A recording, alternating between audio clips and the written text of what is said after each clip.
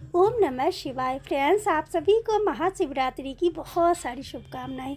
Friends, Mahashivratri के दिन माता पार्वती और शिव जी का विवाह का दिन है और हम हर साल उनके वर्षगांठ के रूप में इस दिन को सबके साथ मनाते हैं और उनकी पूजा अर्चना। तो देखिए फ्रेंड्स, वैसे तो महाशिवरात्रि के दिन हमें मंदिर जाकर ही माता पार्वती और शिव जी की पूजा अर्चना करनी चाहिए, लेकिन किसी कारणवश हम मंदिर नहीं जा पाते हैं या हमारे घर के आसपास कोई भी शिव जी की मंदिर नहीं है, तो हम इस पूजा को अपने घर पर कैसे करें और वर्षगांठ के रूप में हमें माता पार्वती को कौन कौन सी चीज़ें अर्पित करनी चाहिए जिससे कि हमारी सुहाग की उम्र लंबी हो। तो चलिए इस वीडियो को हम शुरू करते हैं। तो देखिए फ्रेंड्स, सबसे पहले तो आप जिस स्थान पर पूजा करेंगे उस स्थान को अच्छे से साफ कर लें। अब हम एक पूजा की चौकी लगाकर उस पर पीले या सफ़ेद रंग का एक वस्त्र बिछाएंगे।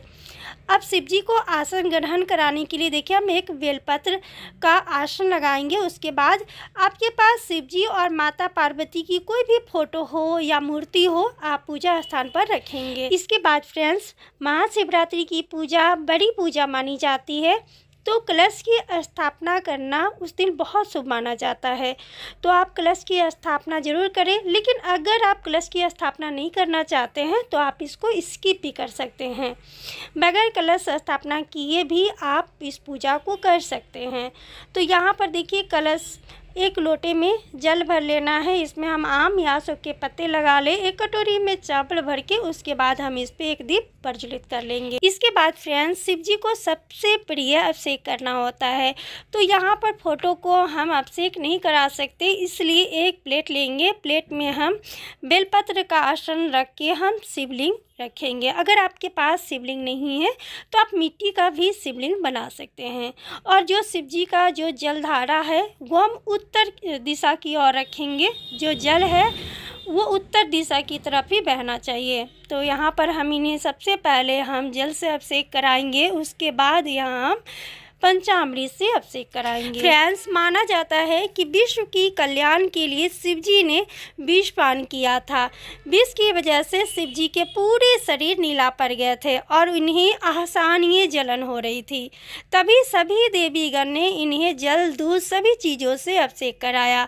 तभी से शिव जी को जल से अभिषेक कराना सबसे प्रिय माना जाता है। तो हम इन्हें दूध दही से अभिषेक कराएंगे। उसके बाद सर्वप्रथम हम गणेश जी की पूजन करेंगे। तो गणेश जी को हम यहाँ पर रोड़ी के तिलक लगाएंगे और शिव जी को यहाँ पर देखिए हम इन्हें चंदन के तिलक करेंगे। शिव जी को चंदन के ही तिलक लगाए जाते हैं, तो आप इन्हें चंदन के तिलक लगाएं। इसके बाद हम माता पार्वती जी को सिंदूर लगाएंगे और फोटो में कार्तिक, नंदी जी सभी लोग हैं, तो हम सभी को तिलक लगाएंगे। वस्त्र स्वरूप यहाँ पर हम गणेश जी को कलावा अर्पित कर रहे हैं और शिव जी को जिनेऊ अर्पित कर रहे हैं। आप चाहे तो आप शिव जी को भी वस्त्र स्वरूप कलावा अर्पित कर सकते हैं। इसके बाद माता पार्वती जी को वस्त्र स्वरूप यहाँ हम चूंदर अर्पित करेंगे और यहाँ शिव जी को भी हम पीले रंग का वस्त्र धारण करा रहे हैं। इसके बाद हम गणेश जी को लाल फूल अर्पित करेंगे और शिव जी का सबसे प्रिय बेलपत्र, तो आप इन्हें बेलपत्र जरूर से अर्पित करें। शिव जी का प्रिय फूल सफ़ेद रंग की होती है, तो आप कनेल का फूल, इनकी जो भी भांग धतूरा जो भी प्रिय चीज़ है आप इन्हें ज़रूर इस दिन अर्पित करें। और फ्रेंड्स, माना जाता है कि महाशिवरात्रि के दिन जो भी कुमारी कन्या सच्चे मन से शिव जी की पूजा अर्चना करती है उन्हें मनचाहा वर की प्राप्ति होती है। तो आप इन्हें इनकी पसंद की हर एक चीज़ आप उन्हें अर्पित करें और अपनी इच्छा इनके सामने रखें। इन्हें आप भस्म अर्पित कर सकते हैं, इन्हें आप गुलाल अर्पित कर सकते हैं। उसके बाद माता पार्वती जी को हम 16 श्रृंगार की सामानें अर्पित कर सकते हैं। 16 नहीं तो आप जो भी सक्षम हो आप माता पार्वती जी को यहाँ पर सुहाग की सामान अर्पित करें। उसके बाद आपकी शादी का जो भी सिंगोरा है वो भी आप पूजा स्थान पर रखें। इसके बाद हम इन्हें भोग अर्पित करेंगे। तो शिव जी को बेर का भोग सबसे प्रिय भोग होता है, तो हम इन्हें बेर का भोग अर्पित करेंगे। आप चाहें तो कुछ और भी फल फूल का भोग इन्हें अर्पित कर सकते हैं। फ्रेंड्स, माना जाता है कि माता पार्वती जंगल में रहकर जंगली फल फूल से ही शिव जी को पूजा अर्चना की थी और उन्हें प्रसन्न की थी और उन्हें वर के रूप में प्राप्त की थी। तो इसलिए उन्हें जंगली फल फूल ही चढ़ाया जाता है, उन्हें पसंद किया जाता है। और उसके बाद महाशिवरात्रि की अगर आप व्रत की कथा सुनना चाहते हैं तो 1 लोटे में गंगा जल रख के और उसके बाद हम हाथ में फूल लेके महाशिवरात्रि व्रत का कथा सुनेंगे। कथा सुनने के बाद अब हम प्रेम पूर्वक इनकी आरती करेंगे। तो आपको जो भी आरती आती हो, अगर आरती नहीं आती है आपको कोई सी भी, तो कपूर गौरम करना बतारम ये तो आपको आती ही होगी, तो ये गाकर आप प्रेम पूर्वक इनकी आरती कर ले। इसके बाद शिव जी को डमरू का आवाज़ बहुत प्रिय है, हो सके तो आप इनको डमरू का आवाज़ ज़रूर सुनाएं। इसके बाद हम इनसे क्षमा याचना करेंगे कि जो भी हमसे पूजा में कोई भी भूल चूक हो गई हो, क्योंकि हम कितना भी कोशिश कर ले लेकिन कुछ ना कुछ हमसे टूटी फूटी तो हो ही जाती है कोई भी पूजा पाठ में, तो इसके लिए हम इनसे क्षमा याचना करेंगे।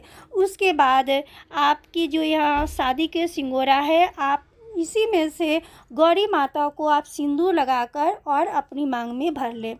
ये गौरी माता का आशीर्वाद के रूप में आप ज़रूर करें। उसके बाद जो भी आप सुहाग की सामग्री यहाँ पर गौरी माता को चढ़ाए हैं, वो सुहाग की सामान आप स्वयं ही इस्तेमाल करेंगे।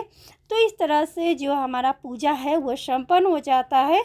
और इस चौकी को हम आज नहीं हटाएंगे, कल हमें इस चौकी को हटानी है। और जो यहाँ पे आपने कलश स्थापित किए हैं, तो इसके जो जल है आप अपने गमले में डाल सकते हैं और शिवलिंग को हम वापस स्थान ग्रहण करा देंगे। और अगर आप मिट्टी का शिवलिंग बनाए हैं तो आपके घर में जो भी पेड़ पौधा है आप उसमें विसर्जित कर सकते हैं। फ्रेंड्स, सच्चे मन से की गई हुई पूजा कभी खाली नहीं जाती है, तो आप घर पर ही इस तरह से आप शिव जी की पूजा अर्चना कर सकते हैं। महाशिवरात्रि का दिन बहुत ही उत्सव का दिन होता है और हम सभी के लिए बहुत बड़ा दिन होता है। हम सभी लोग को मौका मिलता है कि हम शिव जी और पार्वती जी का विवाह का उत्सव मना सके, इनकी वर्षगांठ मना सके और हमें माता पार्वती से सदा सुहागन रहने का आशीर्वाद प्राप्त होता है। तो फ्रेंड्स, इसी तरीके से आप महाशिवरात्रि के दिन घर में ही माता पार्वती और शिव जी की पूजा अर्चना कर सकते हैं। तो फ्रेंड्स, अगर ये वीडियो आप लोगों को अच्छी लगी हो तो आप कमेंट बॉक्स में हर हर महादेव ज़रूर लिखें। वीडियो देखने के लिए और अपना समय देने के लिए आप सभी को दिल से मैं आभारी करती हूँ।